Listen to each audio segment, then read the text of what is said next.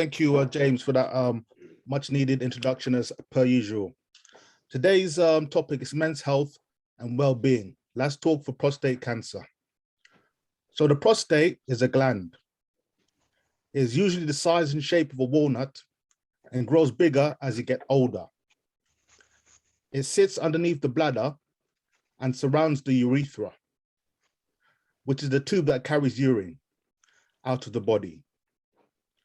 The prostate's main job is to help make semen, the fluid that carries sperm. The most common prostate problems are enlarged prostate, prostatitis, and prostate cancer. Prostate cancer can develop when cells in the prostate start to grow in an uncontrolled way. Some prostate cancer grows too slowly to cause any problems or affect how long you live. Because of this, many men with prostate cancer will never need any treatment. But some prostate cancer grows quickly and is more likely to spread. This is more likely to cause problems and need treatment to stop it spreading. Prostate cancer that's contained inside the prostate, called localized prostate cancer or early prostate cancer, doesn't usually cause any problems. That's why it's important to know about your risk. But some men might have some urinary problems. These can be mild and happen over many years and may be a sign of benign prostate problem rather than prostate cancer. Prostate cancer is the most common cancer in men. In the UK, about 1 in 8 men will get prostate cancer in their lifetime, and the risk of getting prostate cancer increases with age. More than 47,500 men are diagnosed with prostate cancer every year. That's 129 men every day. Every 45 minutes, 1 man dies from prostate cancer. That's more than 11,500 men every year. Around 400,000 men are living with and after prostate cancer. Prostate cancer mainly affects men over 50, and your risk, as I mentioned before, increases with age. The risk is even higher for Black men and men with a family history of prostate cancer. 1 in 4 Black men will get prostate cancer in their lifetime. Black men are more likely to get prostate cancer than other men who have a 1 in 8 chance of getting prostate cancer. You may also be likely to get prostate cancer as a Black man if you are age 45 or over, and if a father or brother has had it. So that's just a brief oversight and insight into prostate cancer. So I think I'll hand it back over to James or Saif. Thank you.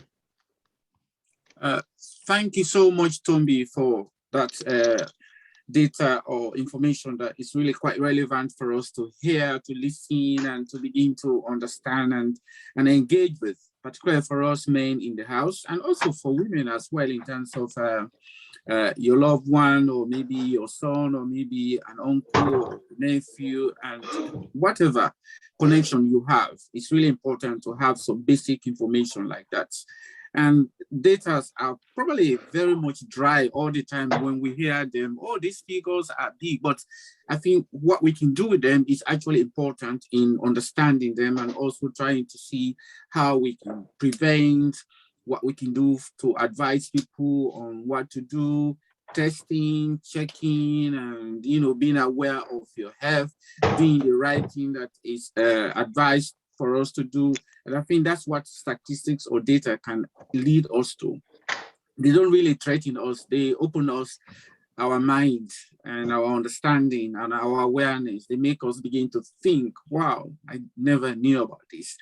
And I think the statistic Tombi is actually talking about, it's the same that I have. And this was last reviewed in September 2018, and there's a pending review in 2021, in fact, this year, December. So they are quite raw, they are quite current, they are also up to date. And this is just talking about the UK.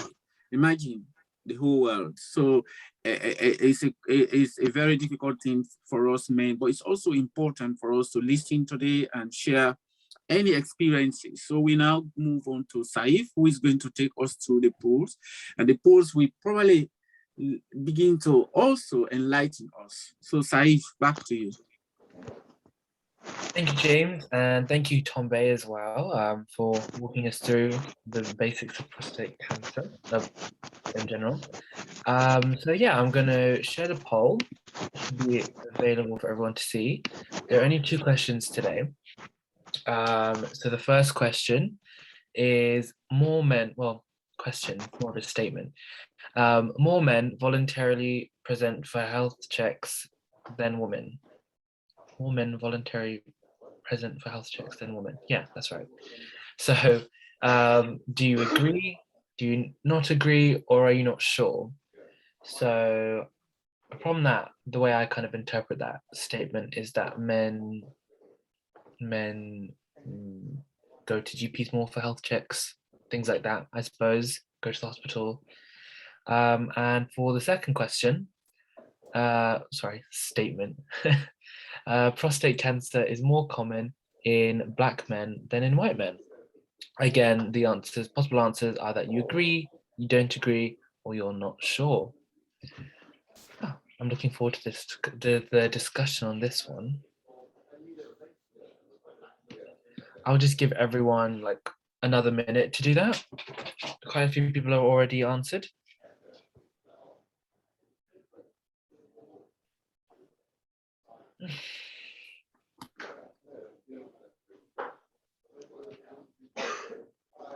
I saw some more people have just entered the call. We're just doing a poll at the minute. If you'd like to put your answers down for the statements, please feel free to do so.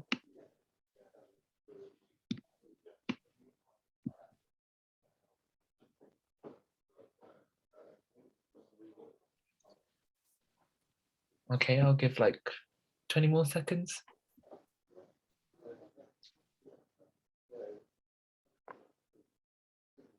I feel like I could be on a game show after this, after doing this now for a few weeks.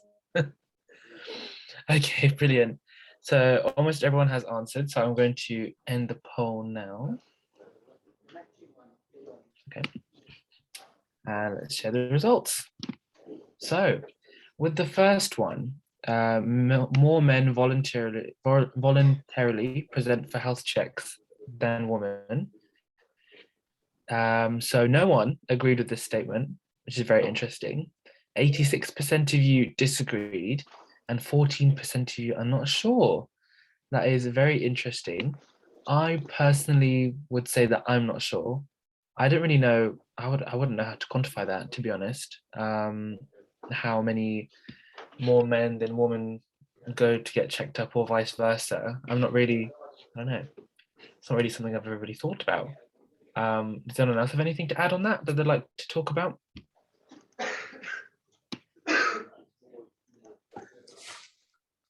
Good morning, it's Diane. Morning, Diane. Sorry about my mask, but I've got to wear it.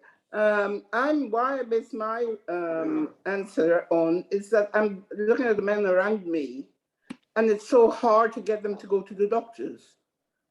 You know, they'll complain and they'll moan, and not until it maybe gets too overbearing, then they'll find themselves to the doctor or seek any sort of medical advice.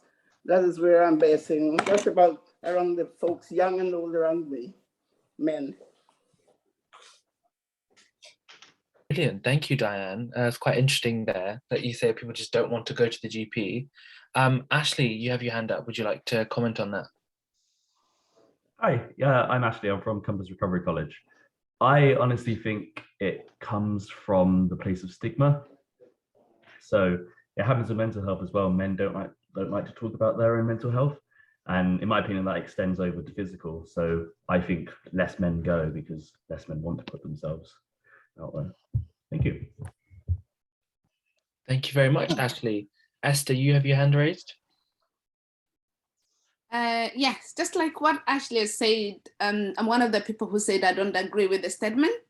Not more men voluntarily go for health checkups compared to women. Research has shown that men are hesitant, they are reluctant to go for their health checks. And it can only happen when there is a crisis. So I think there is a bit of encouragement for men to go for checkups, regular checkups. It's important and it does help. But I really don't agree with the statement that men do quite often or regularly or voluntarily more than women. Mm-hmm. Yeah, I mean, can I? Yeah, just like Diane, the men around me, they don't go to the GP or anything. I mean, they're macho feeling. They are, powerful. There's nothing wrong with them. And also, as a nurse on the hospital ward, the number of women who come, I mean, on the ward, outnumber the men. Men will come at the last resort when they are dying, but women, they listen to their body and seek advice. Men generally don't seek advice. So I don't agree with the statement. Mm. Well, thank you guys for your answers there. I think that's quite interesting because I can't really think of a reason why that might be. Do you think it's like stubbornness perhaps, or something to do with, as Ashley said, it kind of links to the same idea where people don't want to talk about their feelings as well. Maybe it's something to do with, I don't know, not wanting to expose themselves perhaps. Yeah, much. I think, Saif, I mean, when you talk about stubbornness, I would like to back it up with some cultural understanding, because somehow the way men or boys were kind of orientated to deal with stress problem was you have to cope with it. You have to be a man, you don't even allowed to cry, and it's so difficult for us not to go back to that developmental education or psycho education that you pick from even your dad and your brothers. You have to be strong, and whatever happens, don't cry about those things. If you cry, you're a wimp, you're lazy, you're not a man. So we kind of have grown up to think that that's a formal way of dealing with difficulties. So we don't normally even talk about those things. How many men do you see sitting down talking about their emotions? They bury it down, they suppress it, they don't do anything about it until it becomes very difficult. Exactly what Diana and Grace were saying, until it's too late. And I think this kind of pool will really begin to tell us that we can also talk about those things, because women are really good at reaching out to their emotions. They cry quite easily, they talk about it verbally, and they seek help quite easily. We don't. We have a very slow pace to responding to our ignorances. So yeah, I think it's a very good conversation.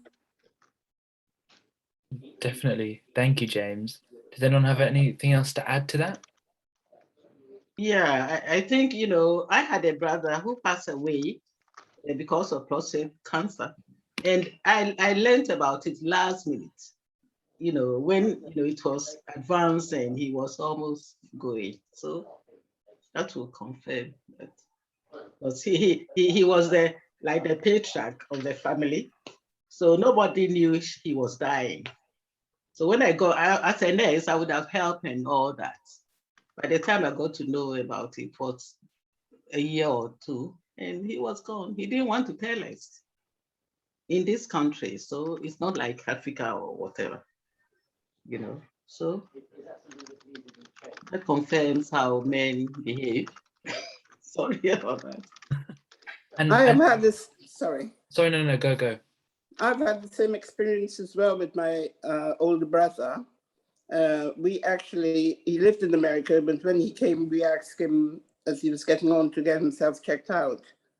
They didn't ignore it, and he too died of prostate cancer. If not, it'll be Monday because I did it yesterday. Thank you both for sharing those stories. I did it I think it links to what James said, where it's kind of how you're raised like that, and then it's kind of it's almost subconscious the way that you don't want to share any health problems with people,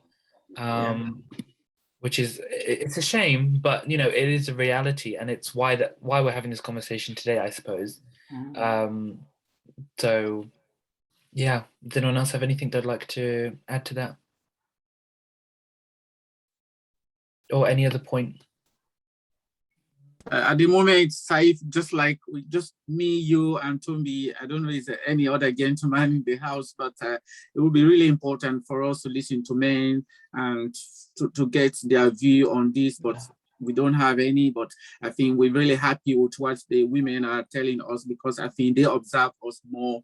And Grace, our thoughts are with you and the family, because somehow when this thing happened in the family, and particularly somebody who perhaps was a big person and maybe a strong man in the family, and for them to just accept weakness, it's not easy, you know, and that's really what this forum is here for, to allow us to be vulnerable, because you need to feel vulnerable. Nobody is perfect, nobody is invincible. You can ill, you can fall ill at any time, so we need to be able to accept those kind of situations and seek help.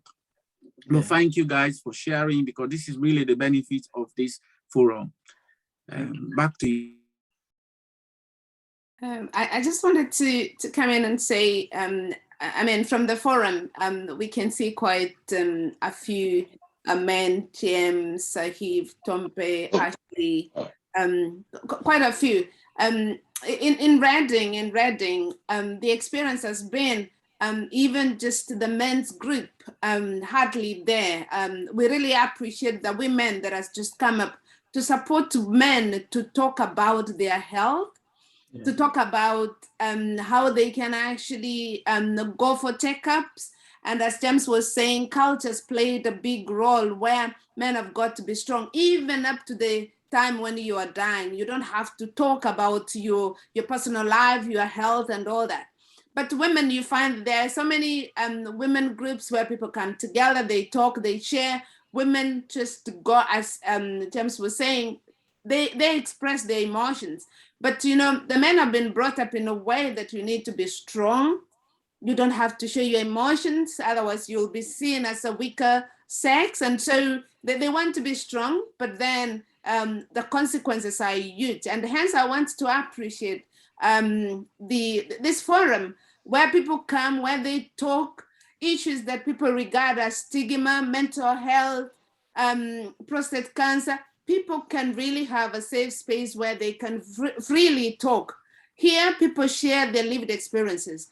And I want to say that the message has been shared to men, and I can actually see like the women group, how it's coming so strong and how men are just engaging with the women, and they can actually share that. And I think if that continued, many men will be saved. Many men will be saved. But otherwise, keeping to yourself and not talking, it does more harm than when we come in a forum like this and to share and find solutions. Hence, this forum is like, yes, these are issues, and they might be very sensitive, but let us talk about them. Let's share our experiences. By sharing your experience, like Grace, Diana, they're talking about their brothers just keeping quiet about prostate cancer. Prostate cancer is like any other disease. People can just talk about it and people can actually get help before it gets too late, before it gets to its crisis. So let's talk freely, let's share, and let's support each other. The men that are here, is a challenge to you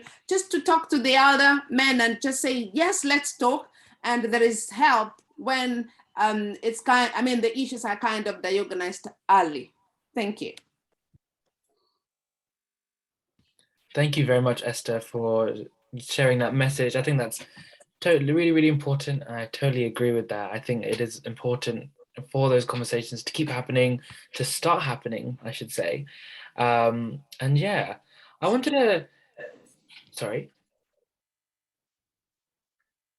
I see Rachel's got a hand up, and then after we'll go to Diane, if that's okay. Mhm. Hello. I just want to say a little bit of experience of my brother-in-law who had prostate cancer.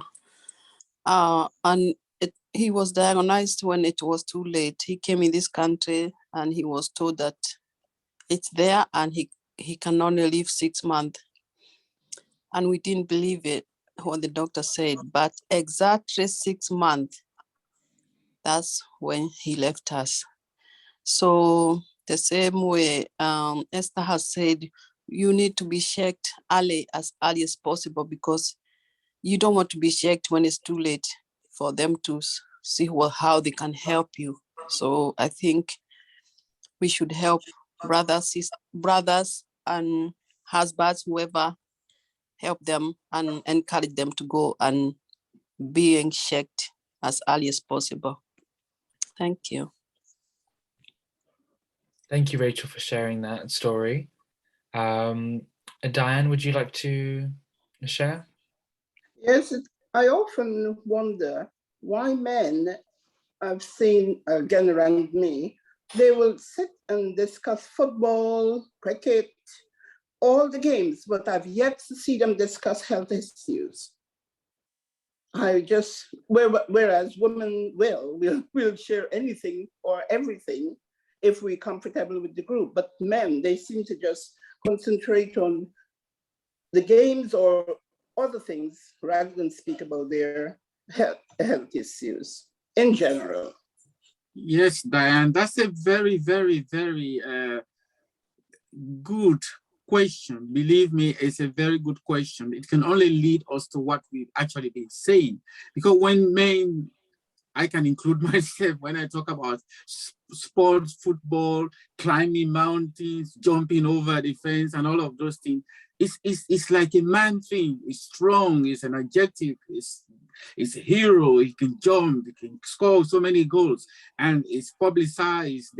Everybody is praising you. But you sit and begin to talk about your emotions. Nobody will want to even listen to you. And the stigma, oh, you're a wimp. You know, how can you begin to talk about those little things that you should be able to deal with?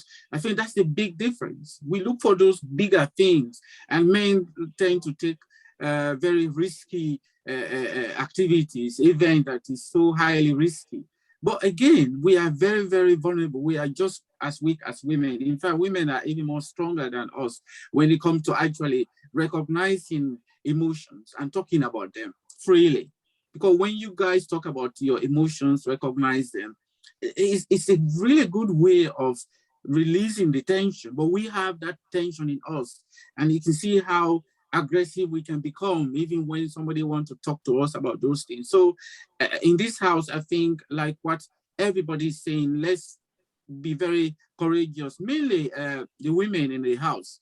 Try to be more courageous, be persistent, nag us if you can, nudge us if you can, direct us if you can. Don't shy away from telling us, but also listen to those on voiceless messages coming from us. You know, if there's any symptoms, somebody is quiet at home, your partner or your son or everything, try to really explore what is going on and advise them to seek help. But you're all really right. There's something that we navigate towards that can make us feel manly. I think that's the big word to use. We feel manly when we talk about football. It's the game, it's scoring goals here and there, you know. But when you sit down to talk about your prostate cancer or even any illness you have, you begin to shy away from it. So I think this forum is really helping us to dig up a little bit so that we can be more motivated by your comments and also what you're talking about here.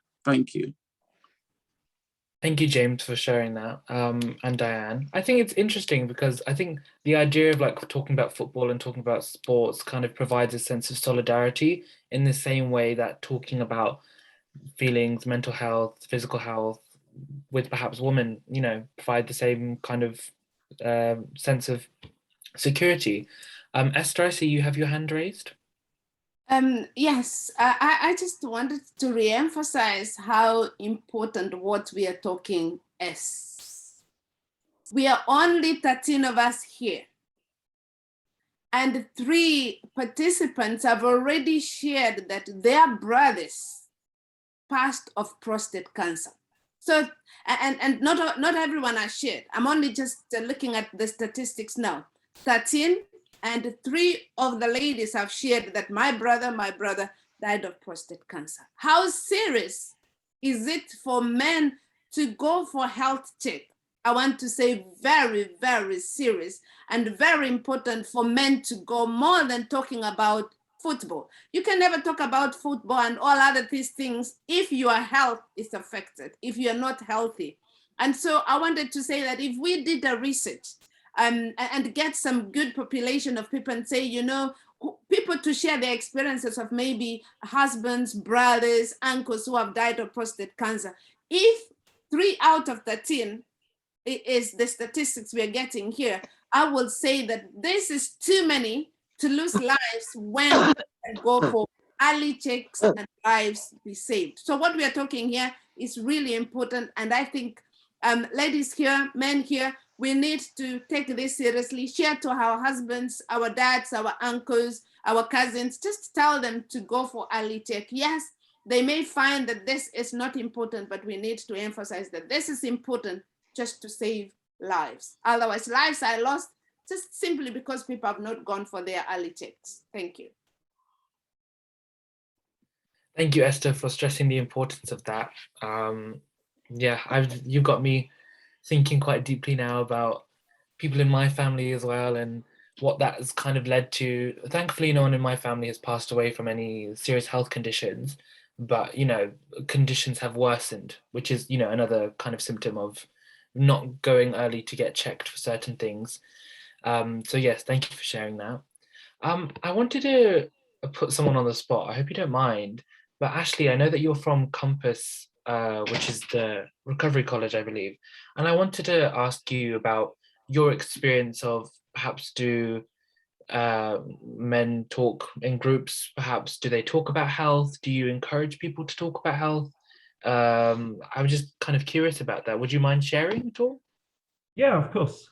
So I'm very new to the company as a staff member. I joined last week, but I actually started as a participant, so I went to the courses myself. Unfortunately, most of the participants that come are female. It's very hard to get men to come to any of the groups. I'm starting a group on autism on Monday, which has increased men, because usually it's probably 75% women.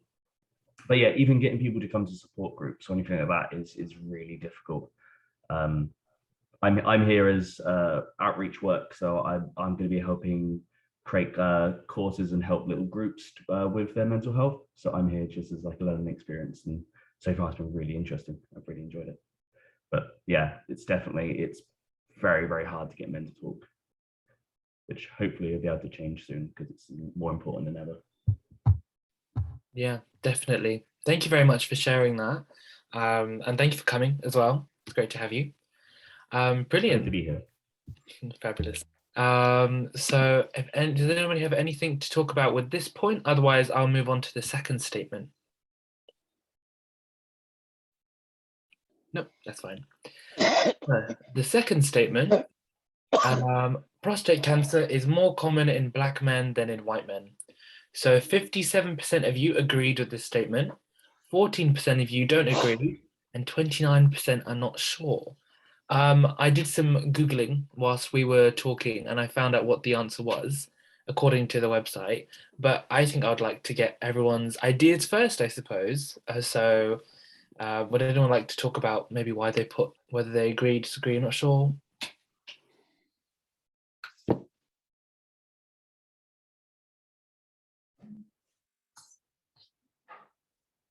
Well, I'm happy to go first. I would, before I looked at the answer, I would say I'm not sure, because it's not, it's simply a statistic that, it's something that doesn't really affect me. I don't know anyone who's ever had prostate cancer. I don't know how it would ever affect people in general.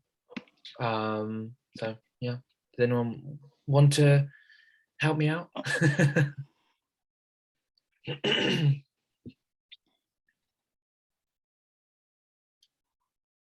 So those who said that they agree, for example, why do you think that it's more common in Black men than white men?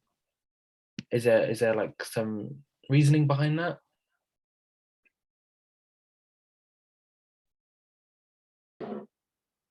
Again, I think it's because, Diane, I think it's because of my experience. And I find more of my white friends and colleagues, they would go for checkups quicker than the Black people in my life, the Black men in my life.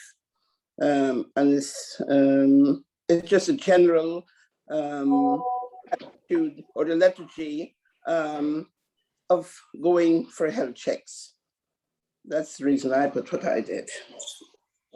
Thank you, Diane. So it's again due to the health checks and going to get a health check earlier. Quite interesting. Yeah, I think Diane is right. I think we can look at multiple reasons, but I said in the beginning, I'm not an expert at all, and I know of people and who have suffered and also do suffer from it. And I mean, the general biological understanding is that every man will die with it, you know. So you know, some people will not die of it, but they will die with it, you know, because it's part of us, you know, and it's a very important part of men, in fact. So if you're looking at reproduction and all of those things, so it's really a vital part of us. But some people can die with it, some people can die of it, and those who die of it are the ones that we are talking about today. And I think the answer to that, yes, Black men have a high prevalence compared to white men, and whether it's to do with any genetic factors that has not been fully developed to understand, whether it's to do with the climatic changes, again, that has not been developed, whether it's to do with lifestyle, again, that has not been developed well, because I've been reading around some of these things. They talk about a lot of other things as well. But what Diane was saying is really correct. And if you go for your checks, particularly when they're talking about 40 and above, when you hit 40, going to 50, if you start going for your checkup and everything, PSA, which is a common blood test that they do, and they check to come back to you to say you have your PSA is high or whatever, that is basically talking about the antigens in your blood. So it's really important for people to go for the test. I think maybe the white men go for this test more frequently, more regularly, more easily than us black men. And maybe we don't know whether it exists. We don't know whether we have it. We don't know because we're not talking about it. So that's what I said, the fact of reason. But I think Diane said that it's because we don't go for tests. So by the time we go for tests, it's too late for us. And so when we die, we become that statistics that is saying 1 in 4 black men, you know, compared to white men. So it's really important for us, like Esther was saying, indeed everybody we've been really emphasizing on the importance of talking about your health, talking about it freely with your family, your spouses, you know, if you don't have a partner, maybe your sisters and you know, and your mom, you know, and all of this can really help, because when you share those information with people can begin to prompt you towards going for a test. You know, I do my test every year and I nag my GP for it, and I think they know that I'm a very a good searcher in terms of looking for my health, you know. So we all have limitation, but it's really important for us to check with our GPs. I think you can do it freely with your GP as long as you are over 50, and it's a yearly check perhaps can help you. They will begin to indicate whether you have it or not. Thank you, James, for sharing that. It's quite important. Ashley, you had your hand up. Would you like to share something?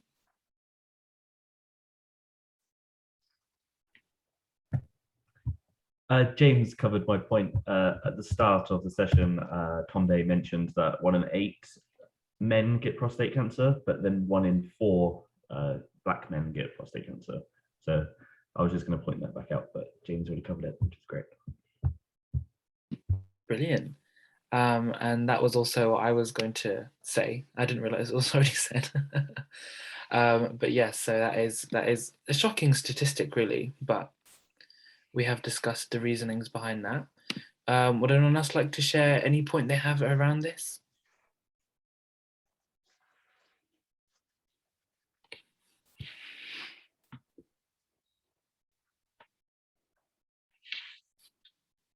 I don't really know much about prostate cancer at all, so I can't, there's nothing really I can share.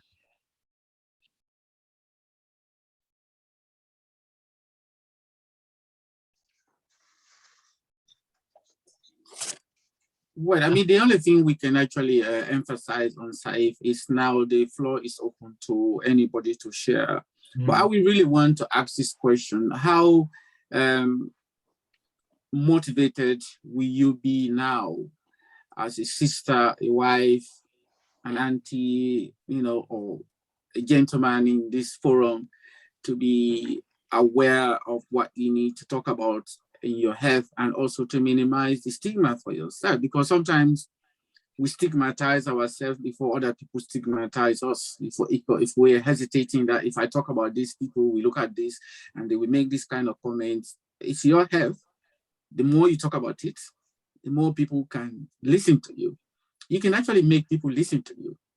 And stigma is there. I mean, if you go to the GP, I mean, they're going to diagnose you, they're going to give you a label. That's, for me, that can even begin to trigger stigma. But it's really about how, as a person, you can feel a bit courageous and motivated and also aware. And I think there is a Greek saying that knowing thyself is really a powerful thing to do, you know, because when you know yourself, you know that I have this problem, I can talk about it, I can go for treatment, I can seek treatment. Even recently, when we were talking about Mental Health World Day, or, you know, on Sunday gone, you know, the big question is, why do we shy away from seeking help when we have mental health problems? You know, so we can bring that picture into this conversation today in terms of why don't we like to talk about it?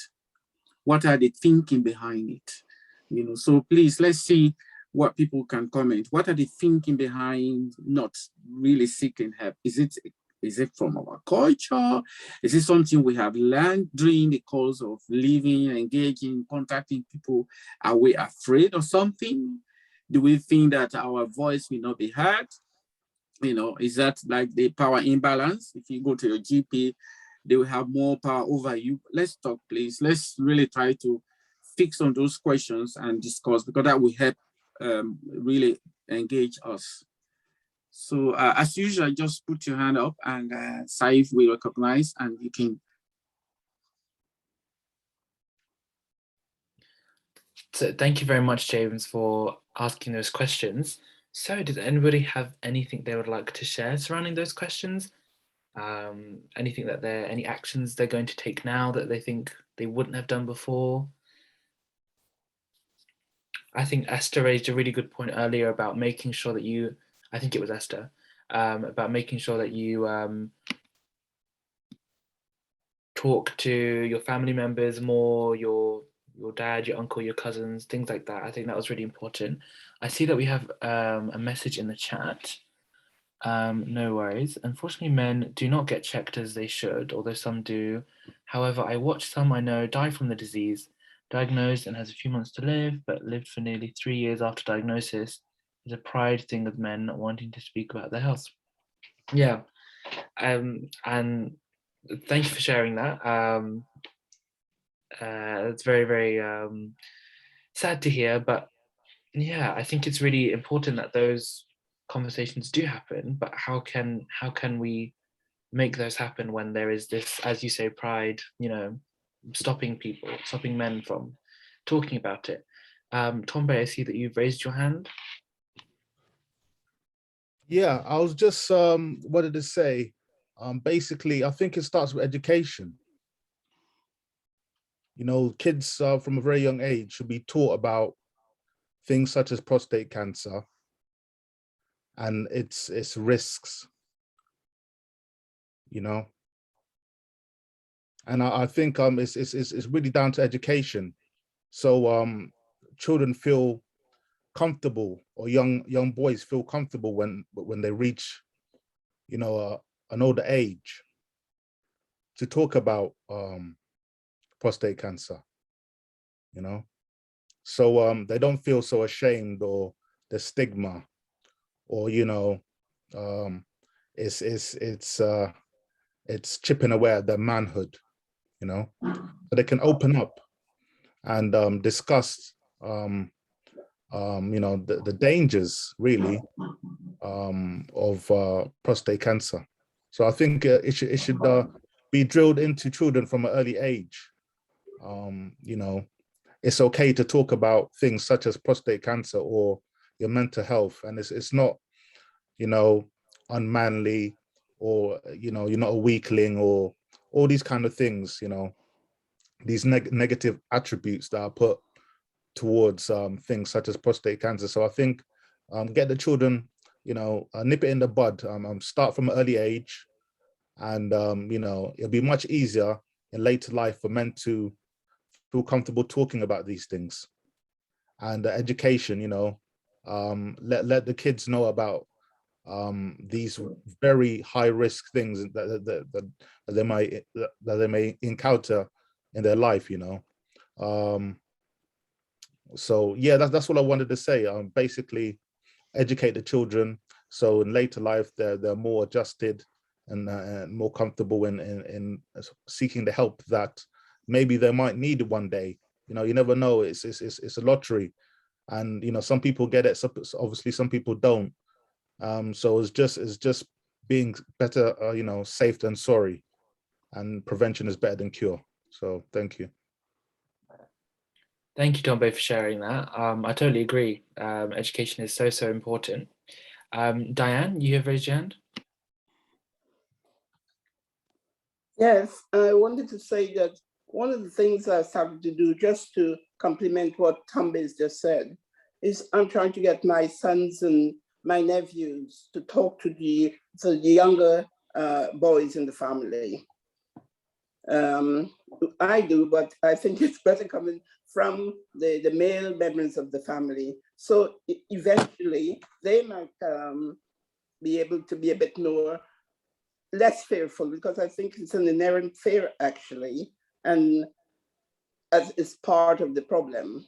So I'm asking the younger men of our families to speak to the small children about most things. Yeah, I agree with that. Thank you, Dan, for sharing that. It kind of all links together, doesn't it? How education from when you're young can kind of help you when you're older to teach children. You know, have that conversation with children, no matter how difficult it can be. It's knowing what it is first, really.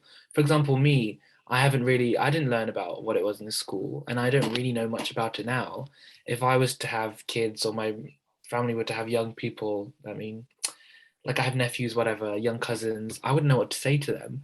And then the cycle continues. So it's a case of interjecting at the right time in school, as you guys have both said, to get the conversation going. And it's interesting that it kind of has the same, like the conversation around mental health is very similar as well, I think. Like it's the same concept of talking about it at an early age and getting people just to talk about it normally, so it becomes normalized. I see something in the chat. There is an embarrassment amongst the younger men, sons, brothers. Yeah, exactly. Yeah, which is a shame that it's there, really, because it's something that's just, it's so simple and so necessary to talk about. So thank you all for sharing that. Would anyone else like to contribute anything? I assume, Tombe, that's an old hand. I saw a hand from Rajida. Okay, sorry. Oh, Rajinda, did you put your hand up? Sorry. Oh, yes, hello. Would you like to share something?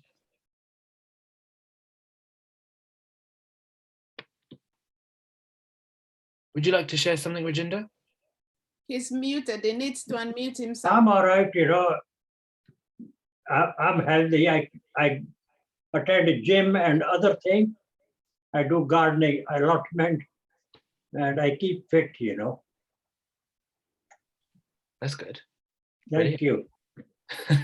Thank you for sharing. Brilliant. Do you have anything to comment on the topic? I know you've come in late, so you might not know. We're talking about prostate cancer in men. Yeah. Prostate cancer, I did go for a checkup every year, but this year they did not allow me. Oh. They said, I'm 88. So they say it's not within the age limit they are checking. So it's a pity. I wanted to go there to have the check, but they won't allow me. Mm. That's not good. Mm. If you can make this point to these organizations that they should not ban people. Mm. So they just don't let you at all because you're past a certain age. I think they put this age limit 75 or something. Above 75 or so, they won't accept it. I don't know why. Yeah, I wouldn't know why either. That's ridiculous. Yeah, that's worth exploring, worth checking up. Mm. And then you can let me know why they did not. They should, you know. Yeah. Yeah. Sure. Thank you. Thank you for sharing, Rajinder. Yeah. Diane? Yes, I wanted to ask a question of the men, especially Tambe and James. We women, our young daughters, when they meet a certain age, physical changes give us opportunity to discuss growing up and problems with our younger women. I just wonder if the men, the older men especially, ever find the need to tell the adolescent boys anything about the changes, etc., etc.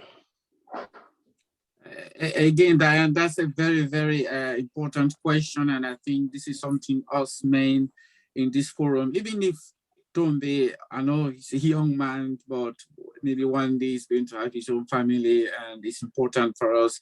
In fact, he is the one that mentioned about education, learning and teaching young people.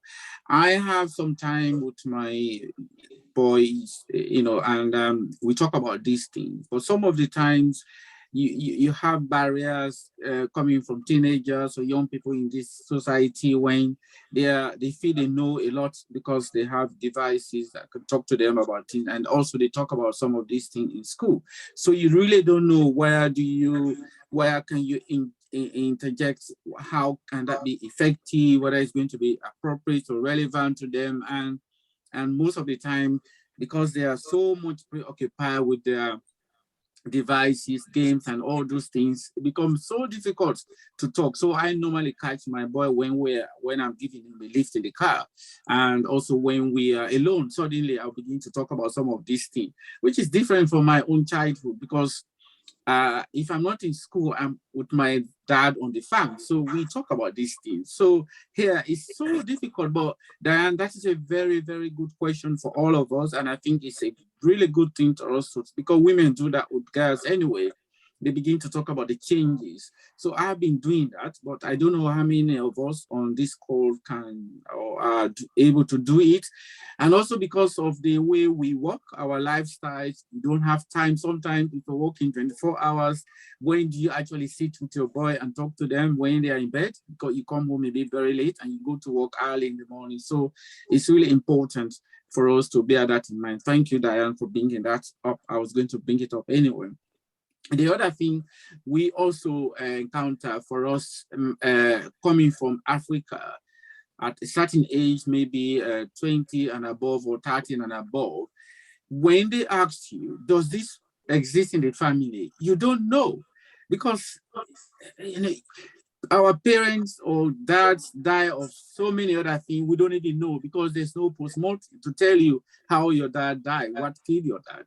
For me, I can tell exactly during the rebel war, my dad was shot dead by a 14-year-old. So I can testify to that. But there are so many of us who don't know what killed our parents. So when they ask you, does it exist in the family? You know, what do you say to your GP? You just become mute because you say, I don't know, because there's no record to go by. But I think we need to start giving that record to our children here, because we are here and we are learning about these things. So we need to really pass on these messages to our young boys, for them to begin to perhaps understand what to do, how to check, how to be aware that it can happen to them, you know, and that kind of thing. So Diane, your question is really good. And again, this concept of us not knowing what our dads died of in Africa can be a big barrier to us, but let's don't allow that to be a barrier to our own children that are being born in this country or wherever we find ourselves. So please, let's talk about these things today. Thank you both for that. I think that's an excellent question, Diane, and an excellent answer, James. Would any of the other men in the chat like to answer, and the call like to answer? So as I said earlier, my experience as well is it's very like I wouldn't talk to anyone about this or about this type of thing.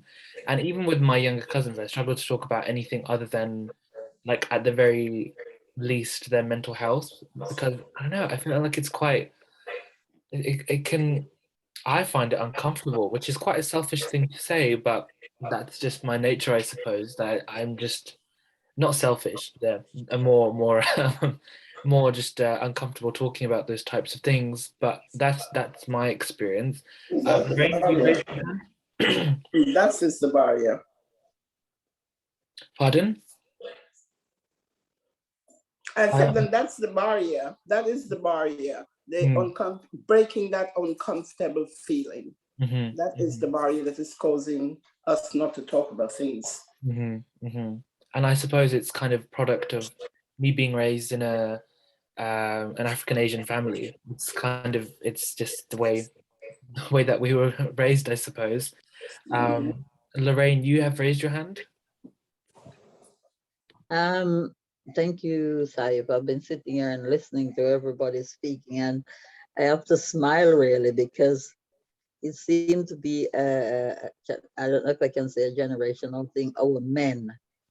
I've seen my father. I've got 5 brothers. I've never seen any of them ill, to be honest with you. I've never seen my dad ill until he had a problem. He banged his head, and that just triggered everything.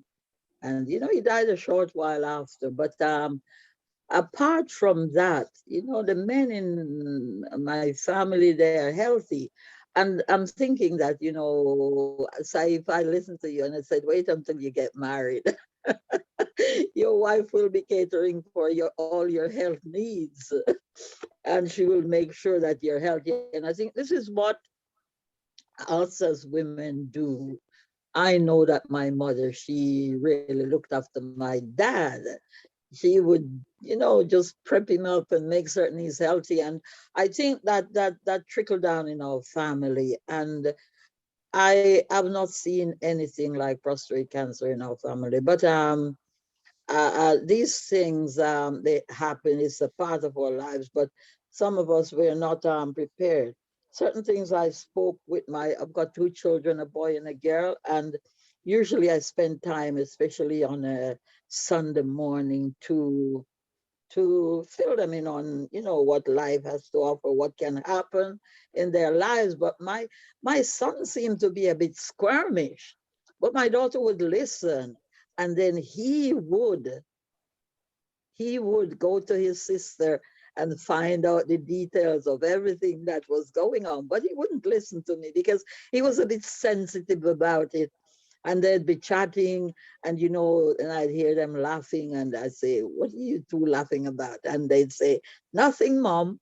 You know, but it's exactly what myself and my daughter was talking about.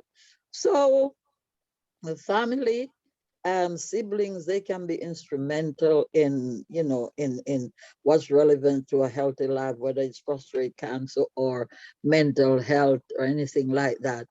And I mean, as James and others says, it's lack of education really, because some people, you talk about mental health to them and, they become defensive. There's nothing wrong with my health, with my mind.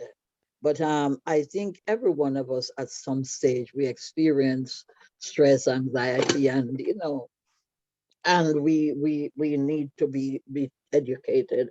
And I think that's where the problem come in at times. But I think that as time progresses, as well, I could say the new generation, parents can update them on what will take place in their lives at an early age, in a way that they can understand. Some people may have died from this prostate cancer because they did not go for checkups and things, and therefore it was not caught in time.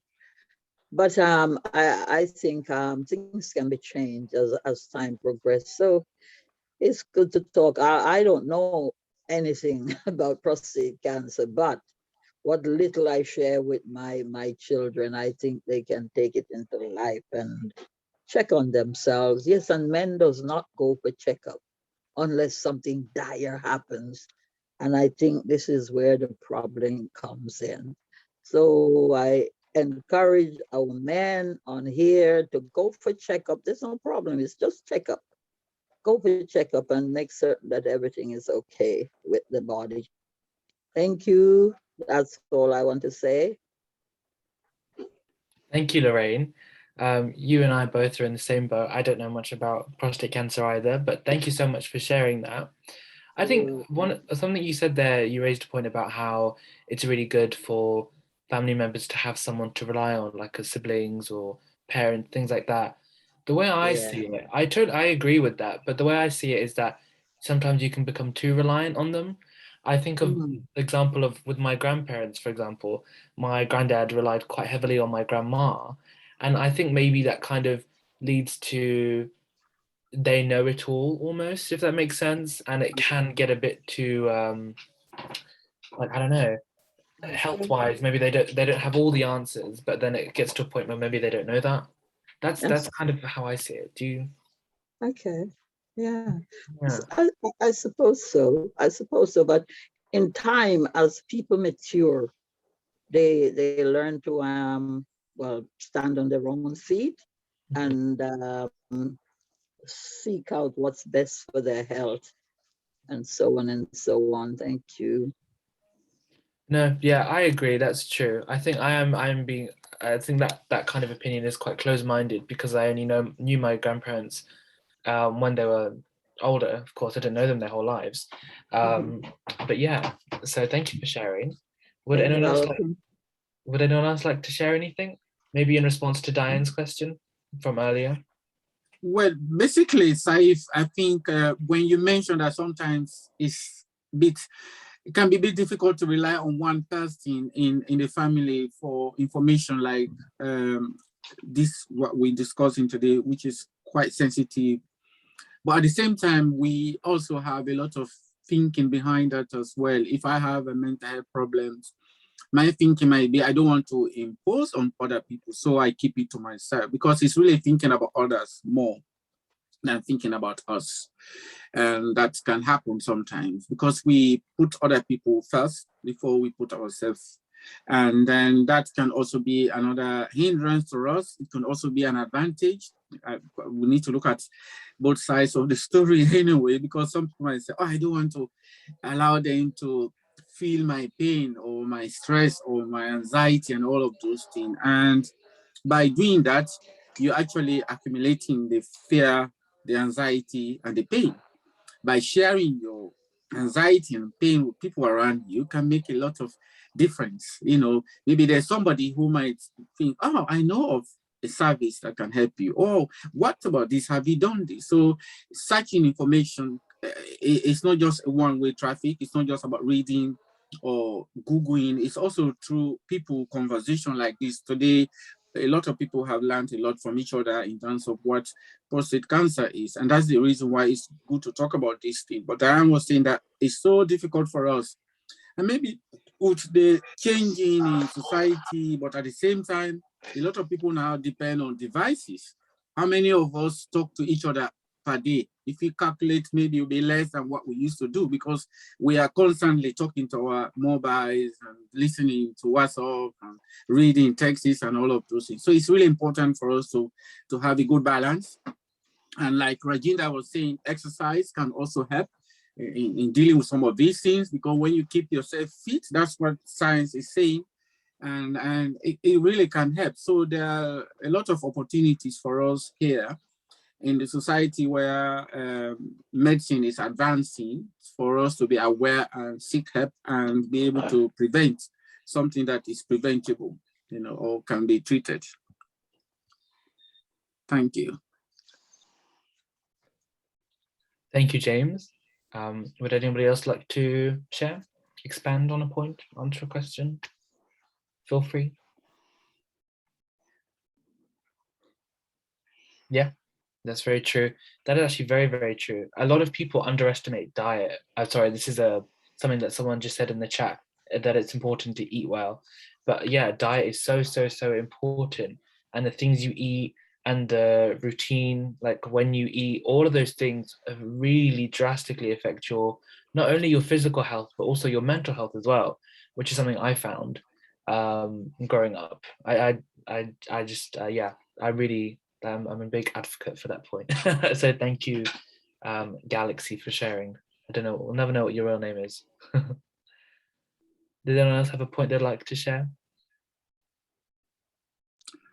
Saif, I don't want to put Gary on the spot, but there's a gentleman, Gary. I don't know that he want to share any of his good comments with us.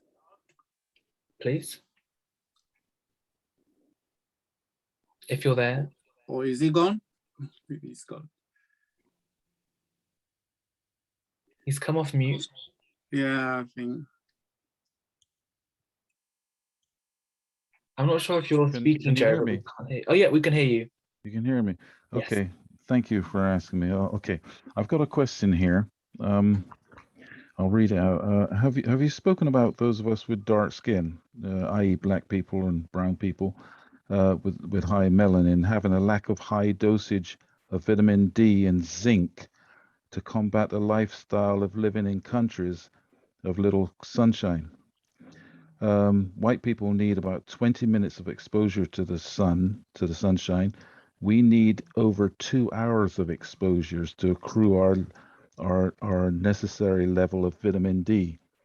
So I don't know if you've spoken about the vitamin. A lot of us, we're under the misnomer that we just need 20 minutes. We don't. It's okay for white folks, for Caucasians. We need over 2 hours. And most of us, when we're in hot countries, we even cover our heads instead of being exposed to the sunlight to accrue our vitamin D. Has that been spoken about today? It hasn't, no. Would you like to? No, Gary, we haven't, because these are some of the ranging factors we're trying to really seek, because we don't have any one factor to say this is what is predisposing the Black people.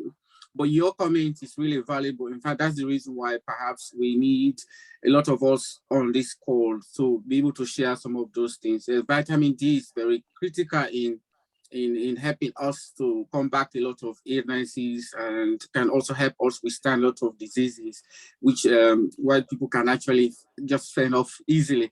So you're right. I mean, vitamin D is important for us. Even when COVID came, that's why they were emphasizing, get out there, get into the sun, get vitamin D. And for us, they were actually emphasizing more time out in the community or out in the sun. Yeah, you're very right.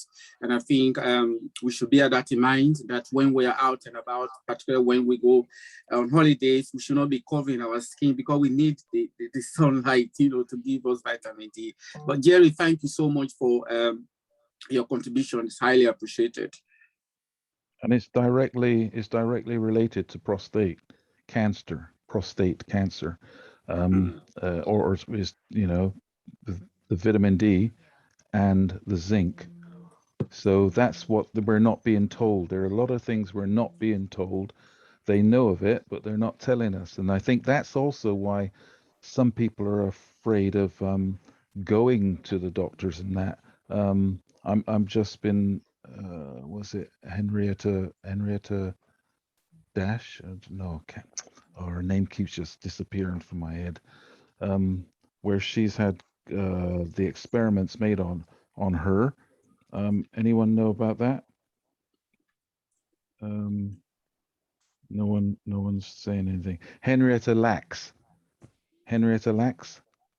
where she was experimented on, and most of the discoveries, including the COVID discoveries, polio, all of these have been made through their using her cells without her knowledge, and we've gained so much medical advancement through those, and she was tricked into it. And a lot of things we've been tricked into as Black folk, that syphilis, for instance, the Tuskegee experiments and so forth.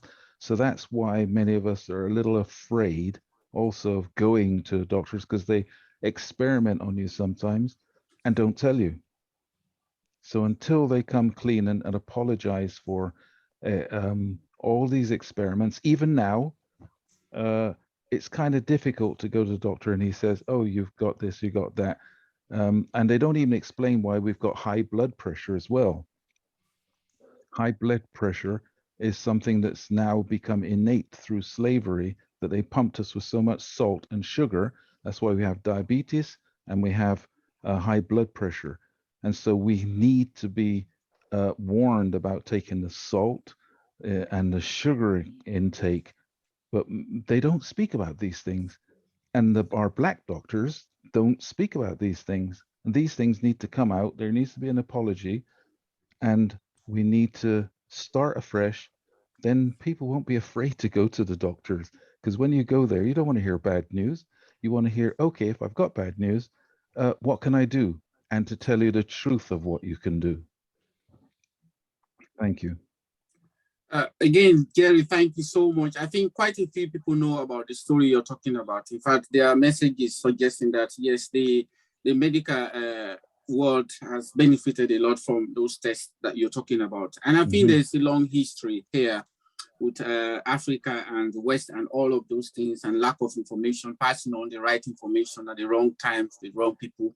And at the same time, the reason why we come together on this forum is to really begin to educate ourselves in terms of how do we go about these things. So when you are sitting in front of your GP, for example, it's important to have an agenda, maybe probe some of those questions, but let's don't really stop learning about ourselves, and also learning about how we can actually begin to take control of our own health. Because yeah, I totally agree with you.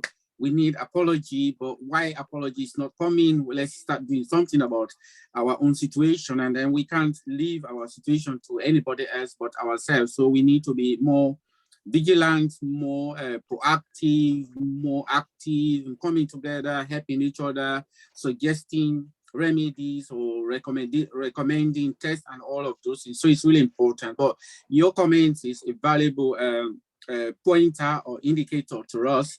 And these are some of the things we've been talking about anyway. These are some of the barriers, because the fear of being told the wrong thing can stop us from going to a GP. The fear of being misdirected can also stop us from going to see a medical professional. The fear of being mistreated, misdiagnosed, these are all huge factors that can stop us. But at the same time, let's continue to dig deeper into the system, to understand the system, because if we don't understand the system, it will be difficult for us, because the advantage will be less for us and we will be marginalized. So thank you again. And yeah, any comment from anybody before we end today?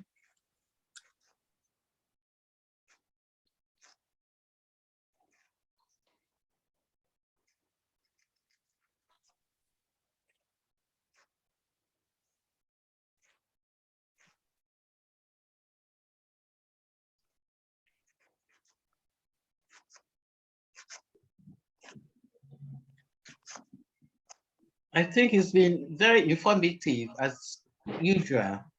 And I Okay. cannot overemphasize, you know, Yeah. the value of this platform. You learn Right. a lot, and I wish the whole world would tune in.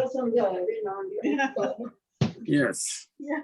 Well, I mean, as we come to the end, I want to thank you all. I mean, our homework today for next Thursday to talk about, I know we didn't talk about the last week, but I think we probably must have been doing a lot about it. I really want us to look at how much you can be, what can you do to be in control of your own health. And that's for all of us. Please, I really want us to look at what are you doing, or what have you been doing, or what can you do to be in control of seeking help for your own health.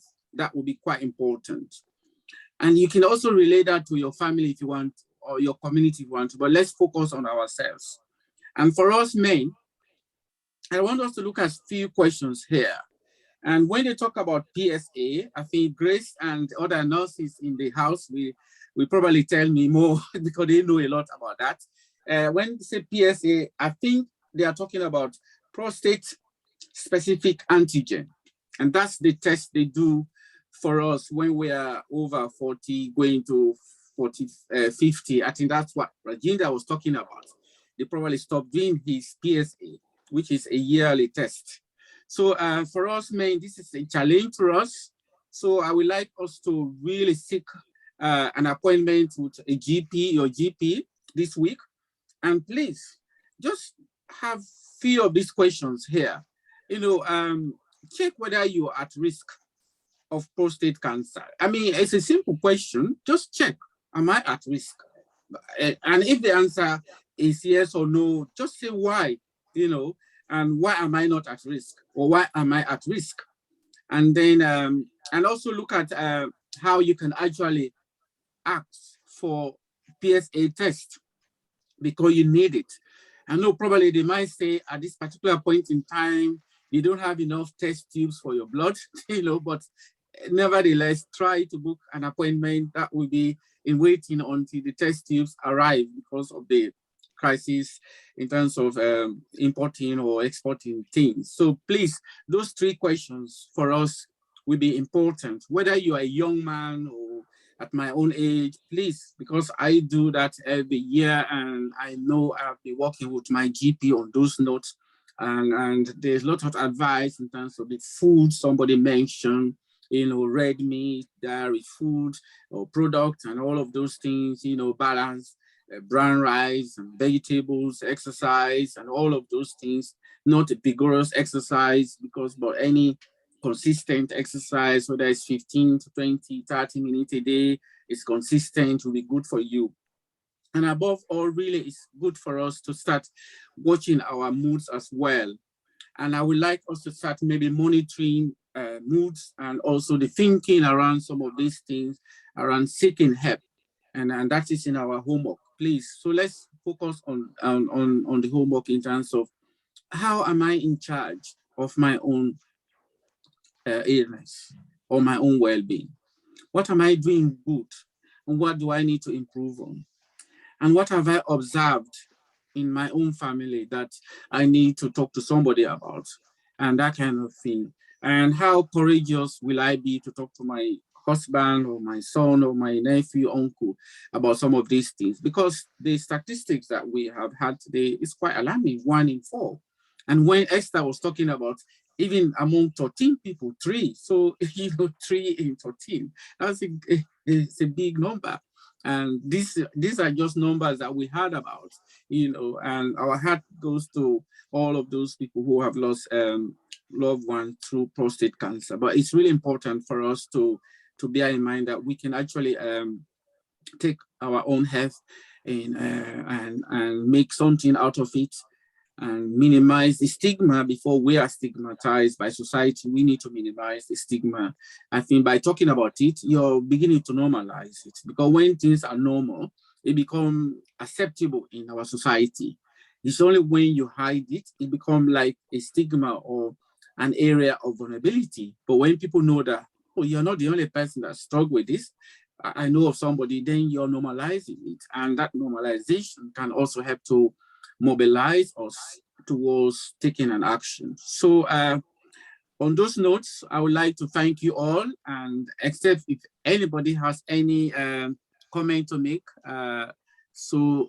We probably are coming to the end of the call today. So thank you very much for checking in, and look after yourself and stay safe and be careful. I mean, COVID is still around, so let's be careful. Thank you, James. Thank you. Thank you, everyone. Thank you so much. Thank you. Thank you. Yeah, thank you. Yeah, Yes, thank you. everybody. Thank you Thank so you. much. Bye, everyone. Bye. Bye. Bye. Bye. God bless you. James, I Yes. take away, it's good to talk. It is good to talk. Thank you. It is. It is. It is good to talk. There's nothing better than talking. Yeah. Yeah. Yeah.